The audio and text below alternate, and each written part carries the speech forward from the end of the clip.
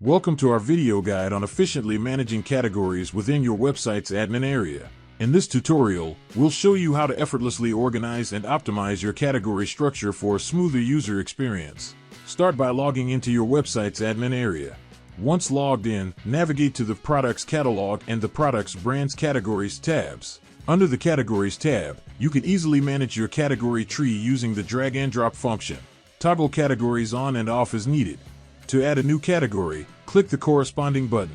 When adding or editing a category, assign it to sales channels under the Assign Restrict tab. You can also link a category to a specific customer group by enabling the Assign option in the adjacent column.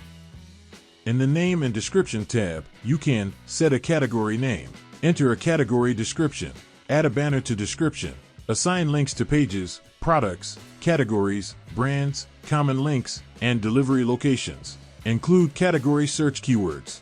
Navigate to the Main Details tab to set category status and manual status state control.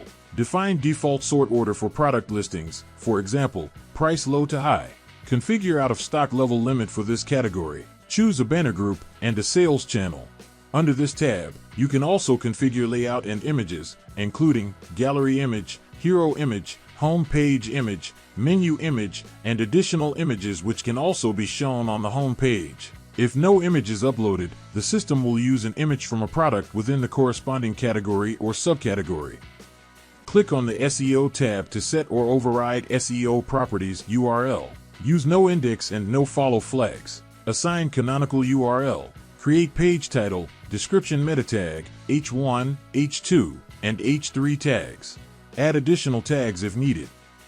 Set image alt and title. Activate category filters under the Filters tab, allowing users to sort products based on keywords, prices, categories, and various product properties such as dimensions, colors, and more.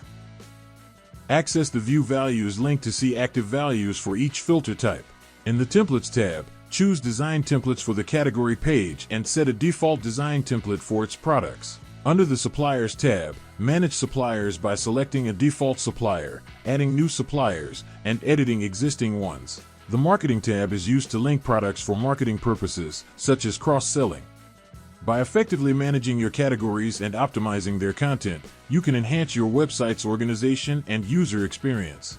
Thanks for watching, and stay tuned for more valuable guides.